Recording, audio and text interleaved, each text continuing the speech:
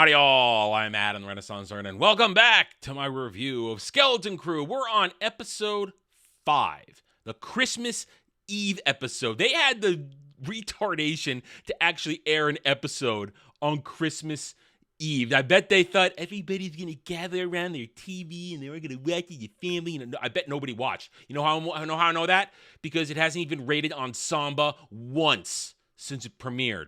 And in another week, we're going to get the number, well, actually probably 2 weeks, but still, we're going to get the numbers for Nielsen's real soon, and it's not even going to break into the top 10 originals. Nobody's watching this, except people like me who suffer for your amusement. So hit that like button, leave comments, and watch these videos. So we can keep suffering, so I can keep suffering, and we can all keep having fun watching me suffer. Okay, so we have returned to its normal retardation today. The subtle, not-so-secret agenda messaging took a break this week to be replaced by retardation and bad storytelling, along with, I guess, their attempt at character development. Whatever. We're going to get through this as quickly as possible. Anyway, all right, so we're on and the parents are basically working together covertly to try and get permission or find a way to reach out and help the kids, and they're afraid of the supervisor. Basically, you have Floppy Hair Wind's dad carelessly trying to hack into the system because Neil's mom made him do it, and then he gets busted, and Girl Boss Fern's mom, who's in charge of the whole goddamn building, he gets brought to her, but then she erases the droid's memory. And just here's the retardation of it all. They could have just gone through her. And she says, well, you should have just waited for me. I was working on it. And he says, but no, you weren't working fast enough. Okay, let's work on it now. Retarded storytelling. Right. So now we return to the ship that actually has a name now, but I didn't remember it after I was done watching this because it's just stupid. They're on the ship. You got the kids and Jude Law. They've got Nick Frost droid tied down to a chair. They're afraid to turn him on because they're afraid he's going to kill them all with just some rope. They got him tied down with some rope. Like, that's going to hold it. And it proves that 2 seconds later would have done shit if he felt like killing them all.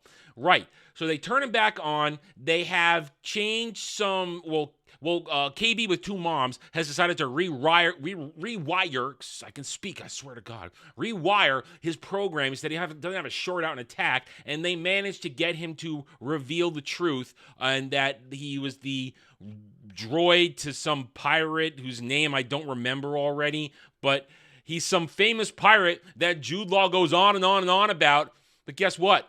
We've never heard of him before.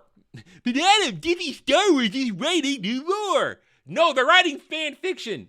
This pirate that was a great and dangerous pirate that made everybody's lives miserable during the Old Republic and during the Empire, and we've never heard of him. We've never heard of him. He's so great. Star Wars never wrote about him because guess what? This isn't Star Wars. Right. So they find out he's some famous pirate who did find At-Atten, and the droid regales them all on how he killed the crew and betrayed by his concubine and then murdered by his concubine, and then they all killed each other and the ship crashed and whatever, blah-de-blah. And then if they go back to his secret hideout, they'll find the coordinates to At-Atten. So the droid's going to take them there, but on the way there, Floppy-Haired Win wanders off into a corner to cry while looking at his tablet. So last episode, Girl Boss Fern was allowed to almost cry, but now Floppy-Haired Win, the boy, has to be allowed to cry because men can be sensitive too, even when they're boys. I hate this show. Anyway, so they have a little talk that basically mirrors Qui-Gon talking to Anakin about focus on things and don't let anything distract you and don't let things make you sad. A lot of bad dialogue bullshit. Jude Law mails it in. The kid is fine. Doesn't matter. They arrive at the planet. And now we're going to waste basically 25 minutes. We're about 10, maybe 15 minutes into the show at this point. And all they've done is sit around and talk and do nothing and pretend that their lore is actually real lore. And we now arrive at this planet. We're going to spend the next 25 minutes out of the 40 minutes of this episode, or maybe 38, give or take, wandering around doing nothing. Until the very end where they go into literal... Now, this is the Goonies episode. This is literally the Goonies episode, except they forgot to leave the charm of Goonies in it, okay? They get to the planet. It turns out it's some made-up world called El Napa or El Nipu or whatever, El Nipple, whatever. We'll call it El Nipple. They go to El Nipple, and they get told it's a neutral planet where everybody gets along. You have reservations and no kids allowed because we have adult entertainment. All we see on that place is this adult entertainment consists of sitting in mud baths and swimming and walking around. That's the adult entertainment on this planet. Kids show, everybody. Right, they get there, and Jude Law convinces them to give him all their money so he can bribe his way through. Now, I must remark, because I'm going to come back to this later when we get a big reveal during the climactic moment of the episode. They're using Old Republic currency. And again, I will go back to the fact that Star Wars uses digital currency, not physical currency. That's what they did eventually. Old Republic currency should be worthless. It's the Old Republic.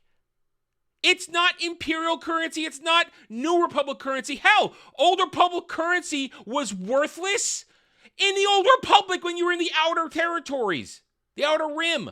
So the fact that everybody's obsessed in this show about getting the treasure of Aden, which is Old Republic currency, it makes no sense. This is retarded. The whole premise is dumb and it is illogical. It's outdated currency that holds no value, but everybody wants it. So after a bunch of bicking and back at a boom where we got the kids pretending to be aliens, don't speak English, and Jude Law bribes a Karen of a concierge to get them all through, he runs into a bounty hunter who is called Pocket. They're so creative with these names. Her name is Pocket, and she threatens him. Well, subtly threatens him, or not so subtly because it's horrible writing. And he now realizes that, oh shit, we're on a timer because she's going to go call the pirates, which she does. She calls Wolfman and Urkel to come over and get him. She wants the money because he screwed her over on the previous bounty. And now they're all afraid. Now they got to run around and do shit because, and there's also the running gag while they're in here. The hotel resort puts a restraining bolt on Nick Frost droid, and he keeps trying to hurt people for insulting Girl Boss Fern, but he keeps going when he gets shorted out. I can't attack you. It's really dumb, and it wears thin pretty quickly. And so is the same joke of, don't trust Jude Law, kids. They keep doing it over and over again, which kind of pays off in this episode, but it doesn't fit with what they did last episode. We'll talk about it when we get there. Right. So they arrive, now they have to wander around everywhere looking for the mark of Captain, whose name I don't give a fuck about, so that they can find the underground tunnels that he built, which resort was built on top of. All the while, Nick Frost droid going, hey, we got to be careful, booby traps. So we now get a connected lot of stupid shit where you have first Girl Boss Fern and Wynn end up in the tunnels below where they find the mark, but they're seemingly threatened by a giant tentacled alien who turns out just to be a really nice guy who likes to sit there and be told stories by the kids. Meanwhile, Jude Law, Neil, and KB with two moms, they get busted while they're exploring the pipes because he's been identified as one of his pirate personas. And now we get through a very comical chase scene where the kid in the Neil outfit can barely walk or run. KB is a little girl, so she can't run anyway. And Jude Law is clearly throttling his speed so it looks like he's running with the kids, and the guards chasing them are just literally waddling along within like 5 feet, and they can't stop them. Then they get cornered by a couple different guards. A fat one. Why is there always a fat guard in Disney Star Wars? Somebody answer me that. Fat guard corners him and says, "Where you gonna go? We got you covered, ha ha ha." And then KB pulls out a tiny wrench, and they go, "What are you going to do with that?" And she just so coincidentally is standing by a bunch of steam bolts where she can tweak it and make mud and steam come out and go into the mud pools below. And there was a gratuitous hut scene during this thing, and I must remark that Disney Star Wars has a problem with hut design. That is some of the worst hut design I've ever seen. Why do they look so bad? Answer: Disney Star Wars sucks. So they get chased around, they escape eventually, they go down below, and we learn that the big tentacle monster's not bad, and he opens the hole, and he lowers everybody down, and now they're wandering around in the Goonie catacombs with Nick Frost droid saying, "Everybody look out for booby traps," because One-Eyed Willie, we're gonna call the pirate, we're just gonna call him One-Eyed Willie, because now we're officially in Goonies territory. One-Eyed Willie set a bunch of traps. The first trap is decapitation, and Neil steps on it, but because all the kids are short, the laser doesn't get them, but Nick Frost droid and Jude Law almost get caught. And so they go through a couple more traps, and the guards are following them. And meanwhile, the pirates arrive and start killing people. It's a kid's show, everybody. They're literally killing people. They shoot a guard point blank. You see him kill him, and then he gets put up into a booby trap with spikes, and you hear the crunch. It's a kid's show. Stop being angry, Adam.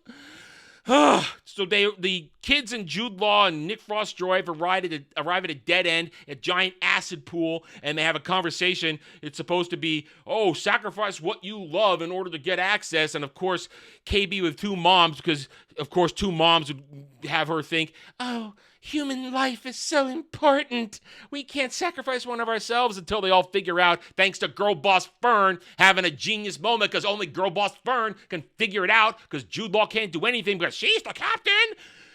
Throw money in there. Throw money in. And that's the most important thing in life to Captain One-Eyed Willie. So they go down, the acid drains, they go into the thing, they're in his treasure room. Jude Law keeps telling everybody, don't touch anything. They close the door. You hear Urkel and the other pirates trying to get in. And then we have conversations about all the junk in there and this and that. And Wynn sees a lightsaber, because remember, he has a hard-on for Jedi. And then they discover that a fake piece of meat is a lever to bring up a data port, which they access. They bring up a shaky image of One-Eyed Willie, who regales them of his attempt to get to AT-AT, and he doesn't trust his crew, blah, blah, blah. And then we get to the point, which should be expected because the show has foreshadowed it constantly, but not with what they did last episode, which made all the stans go, oh my God, they're a family. Jude Law, hearing that the AT-AT and treasure is the final Old Republic mint, which means you just make money. Gonna make money. Make currency. I come back to that. Make currency that shouldn't be valuable in current day. Remember that. Because it's not like it's worth anything. Anywho. And I don't want to hear, but it's made of the material that's made worth something. No.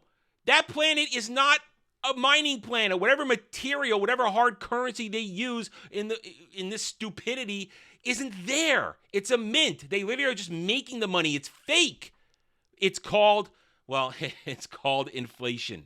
Money's worthless because they just keep making it. Right. So Jude Law, now realizing that that's the big treasure, he turns on the kids. He turns to Nick Frost droid and says, I invoke the code. What is this? Pirates of the Caribbean, the code set down by Bartholomew? Is that what we're doing?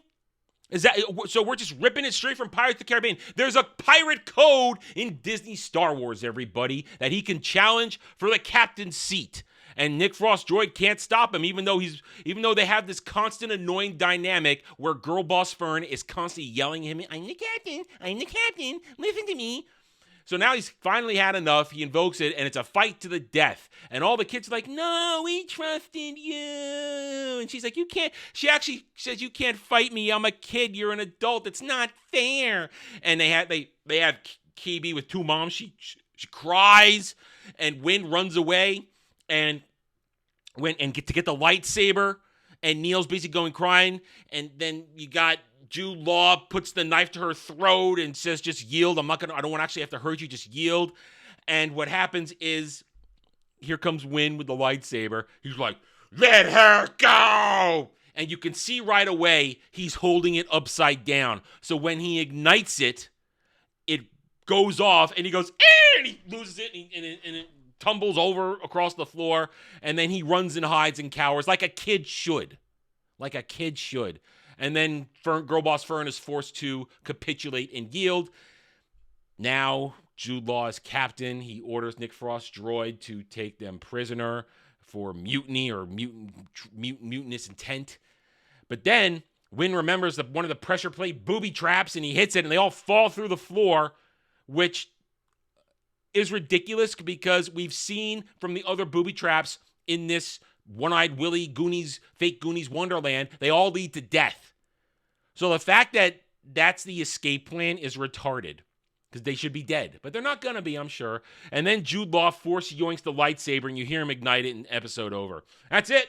That's it. Whole lot of crap, whole lot of bullshit. So let's remember, last episode, you had all this character development from Neil, and then he just goes back to being nothing, or I say that very lightly, because it wasn't really character development. Nothing happened to actually have him grow. Nothing happens to these kids to actually have them grow. Jude Law having a conversation with floppy-haired Win to focus on your moment, and you're on an adventure and this and that, aren't you happy, blah, blah, blah. I want to go with my parents. I miss my dad. I can't see my mom. She's dead.